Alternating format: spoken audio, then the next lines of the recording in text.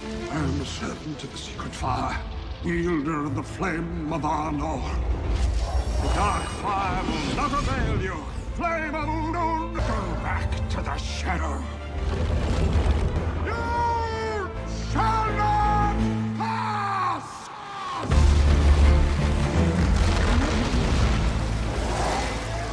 Servo do fogo secreto. O que será que isso realmente significa? Essa frase que foi dita por Gandalf num dos momentos mais épicos da história é uma das chaves para a gente conseguir entender algo muito mais profundo no Senhor dos Anéis. Tolkien, que foi o autor do Senhor dos Anéis, ele era um católico extremamente devoto, mas ele não era alguém que gostava de alegorias fáceis. O melhor amigo dele, C.S. Lewis, ele fez isso de forma brilhante. Aslan, por exemplo, na história das Crônicas de Nárnia, ele tem uma representação bem clara de Jesus, mas Tolkien achava essa representação muito fácil, simples demais. Ele queria algo que fosse mais sutil, entrelaçado na própria fibra da história. Ele mesmo disse uma vez em uma carta que, abre aspas, O Senhor dos Anéis é, claro, uma obra fundamentalmente religiosa e católica. Mas a pergunta é, como? Se não tem igreja, não tem um Jesus explícito na Terra-média, como que ele conseguiu fazer isso? Agora pense comigo, e se, ao invés de ele colocar Cristo em apenas um personagem, Tolkien tivesse, na verdade, dividido as características dele em três? E é justamente aqui que começa a nossa jornada. Nós não vamos ver Jesus em um personagem,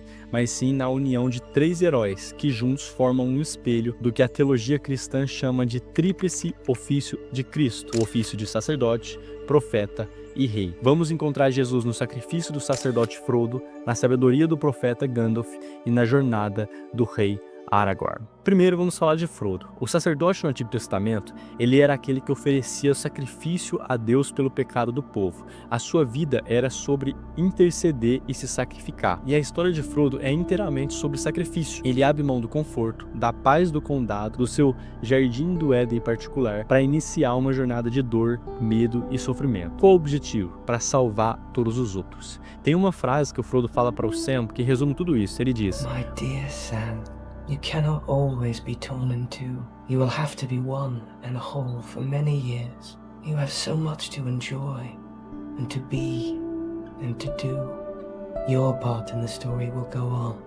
Isso é basicamente linguagem de sacrifício. Cristo é descrito na Bíblia como o leão e o cordeiro. Frodo é o aspecto do Cordeiro de Deus que tira o pecado do mundo. Ele é pequeno, pacífico, frágil, e ele carrega voluntariamente um anel, que nada mais é do que a representação do fardo do pecado do mundo. O anel corrompe, pesa, destrói a alma de quem o carrega, assim como o pecado. Inclusive, se você quiser ver mais sobre os efeitos do anel e essa alusão do anel como sendo pecado, eu fiz um vídeo, vou colocar aqui em cima, contando um pouquinho da história do Gollum ou do Sméagol. Você pode estar conferindo também esse assunto. E assim como Cristo, as feridas de Frodo nunca saram de verdade. A facada que ele leva no topo do vento pelo Nazgûl dói para sempre, todo ano no aniversário do ataque. É uma dor que ele carrega pelo resto da vida.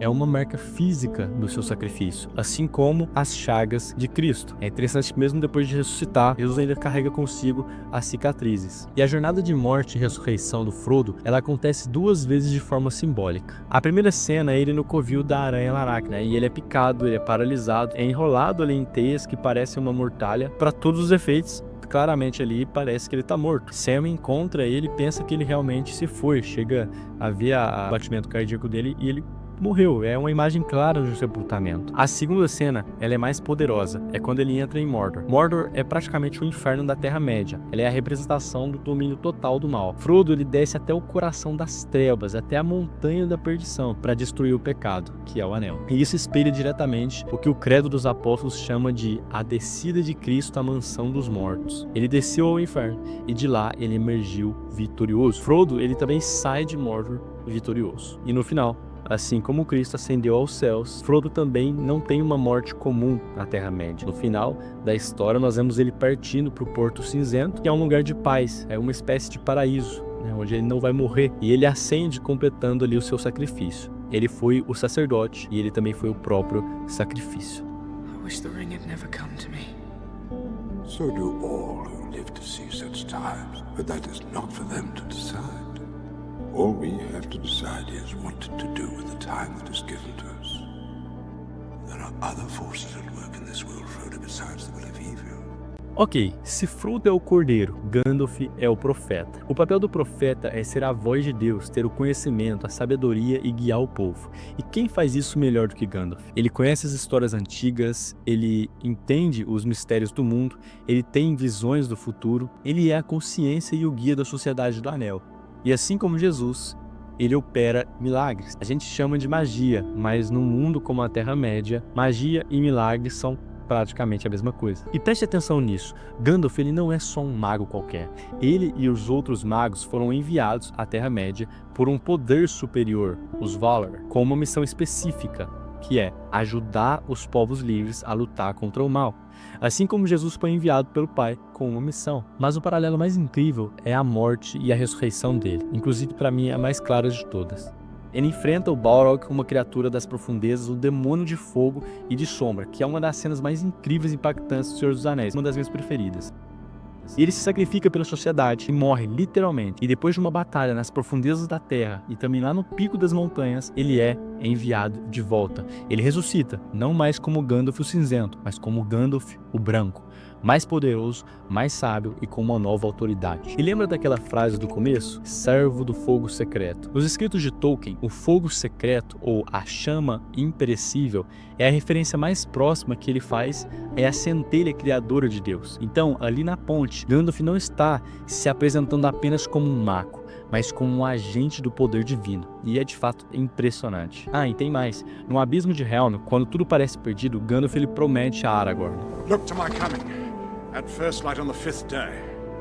Jesus, através de alegorias, prometeu também que voltaria no 3º dia, e Aragorn demonstra sua fé nessa promessa.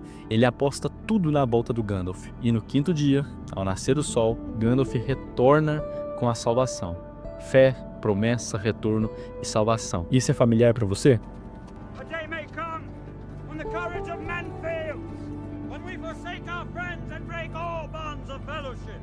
But it is not this day. E se temos o sacerdote, que é Frodo, e temos o profeta, que é Gandalf, falta o rei. E esse é, obviamente, Aragorn. A jornada de Aragorn é a jornada do rei que retorna ao seu trono de direito. Mas como Jesus, ele começa de forma humilde. Ele não é um príncipe num palácio. Ele é um Strider, um passo largo, um guardião sujo que vive nas sombras entre o povo comum. Jesus também não nasceu num palácio, mas numa manjedoura. Ele viveu como carpinteiro, ele andou com pecadores e com gente comum.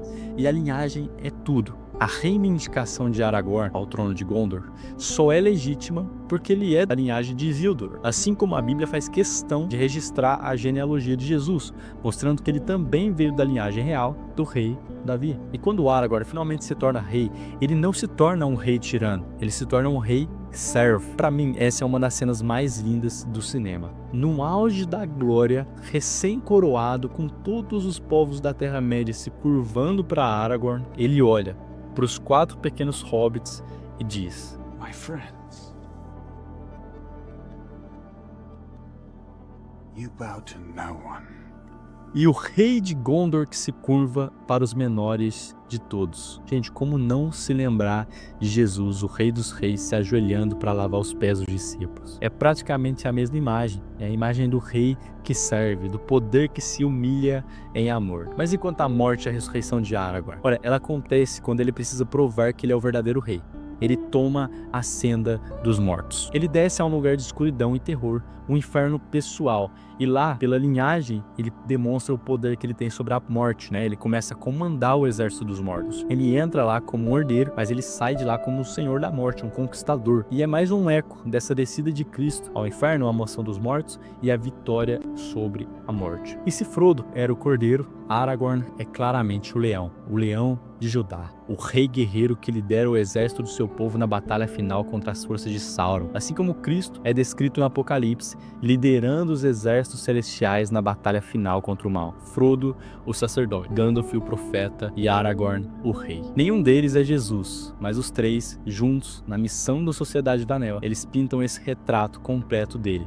Um retrato de sacrifício, sabedoria e realeza. Um espelho da Trindade, onde 3 pessoas são necessárias para a salvação. Tolkien de fato criou uma obra onde você não vê nenhuma doutrina escrita, mas você sente os ecos da história de Cristo. Eles estão nos ossos da jornada, na coragem do Sam, na redenção de Boromir e na esperança que emana de Galadriel. E é por isso que eu amo fazer esse exercício de interpretação. Sabe, não se trata de forçar um significado ou dizer que essa é a única verdade, a única interpretação possível, mas se trata de treinar os nossos olhos para ver beleza, né? Ver o sacrifício, a verdade que ecoam das grandes histórias. As grandes histórias são só um eco da grande e maior história de todas. Porque quando você conhece a história mais importante de todas, a história de um rei que se tornou servo e se sacrificou por amor, você começa de fato a encontrar a sombra dele em todos os grandes atos de coragem, esperança e redenção que a arte consegue nos mostrar. Se você gostou desse vídeo, por favor, confira outros que a gente fez nessa mesma pegada. Tem um sobre Interestelar que eu tenho certeza que você vai gostar, um outro também sobre